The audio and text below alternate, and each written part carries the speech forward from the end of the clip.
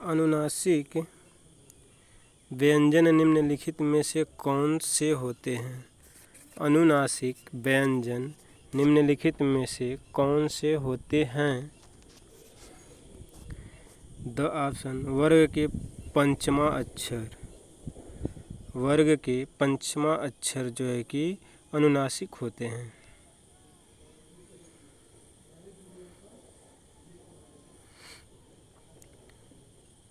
प्रश्न दूसरा, अनुनासिक का संबंध निम्नलिखित में से किससे होता है? अनुनासिक का संबंध निम्नलिखित में से किससे होता है? आपका उत्तर हो जाएगा स नाक और मुंह दोनों से। नाक और मुंह दोनों से अनुनासिक का संबंध होता है।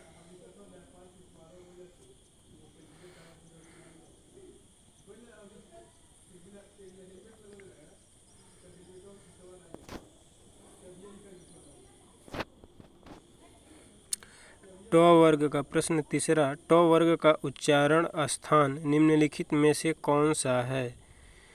ट वर्ग का उच्चारण स्थान निम्नलिखित में से कौन सा है? आपका उत्तर स मूर्धा हो जाएगा। ट वर्ग का उच्चारण स्थान निम्नलिखित में से कौन सा है? तो स ऑप्शन है मूर्धा। प्रश्न 4,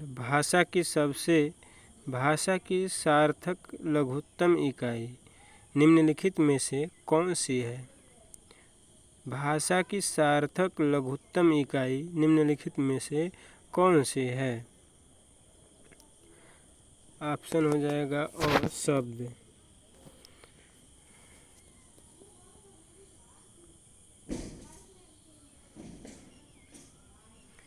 प्रश्न 5,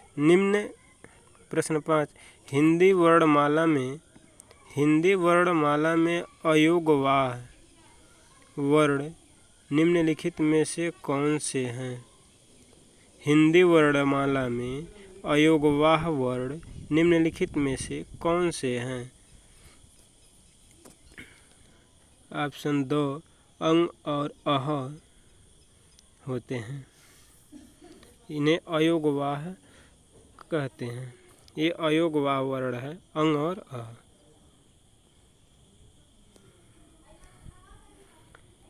प्रश्न 6, हिंदी वर्णमाला में स्वरों की संख्या निम्नलिखित में से क्या है? हिंदी वर्णमाला में स्वरों की संख्या निम्नलिखित में से है क्या नहीं है? कितने हैं?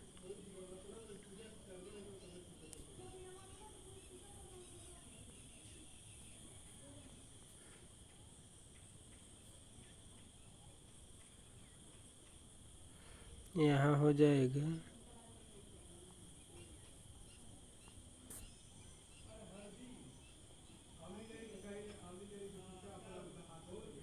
कितने। सो ऑप्शन सही है 11। स्वरों की संख्या 11 है।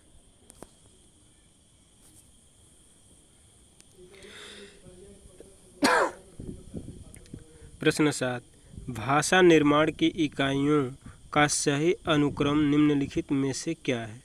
भाषा निर्माण की इकाइयों का सही अनुक्रम निम्नलिखित में से क्या है? 2 ऑप्शन है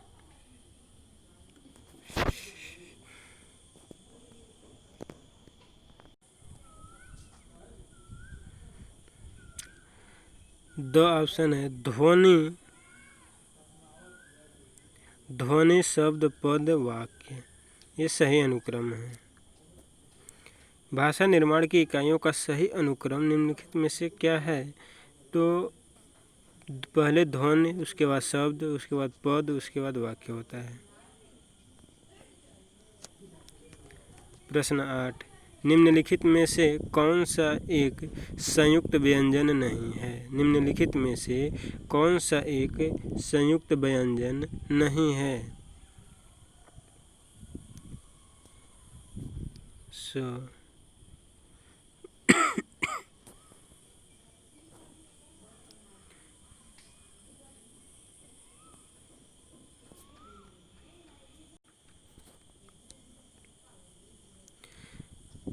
प्रश्न 9, निम्नलिखित में से उच्चारण स्थान के आधार पर कंठ से लेकर मुख विवर में उच्चारित व्यंजन ध्वनियों का सही अनुक्रम है। अ कंठ, तालव्य, वत्सर्य, दंत, ओट्स।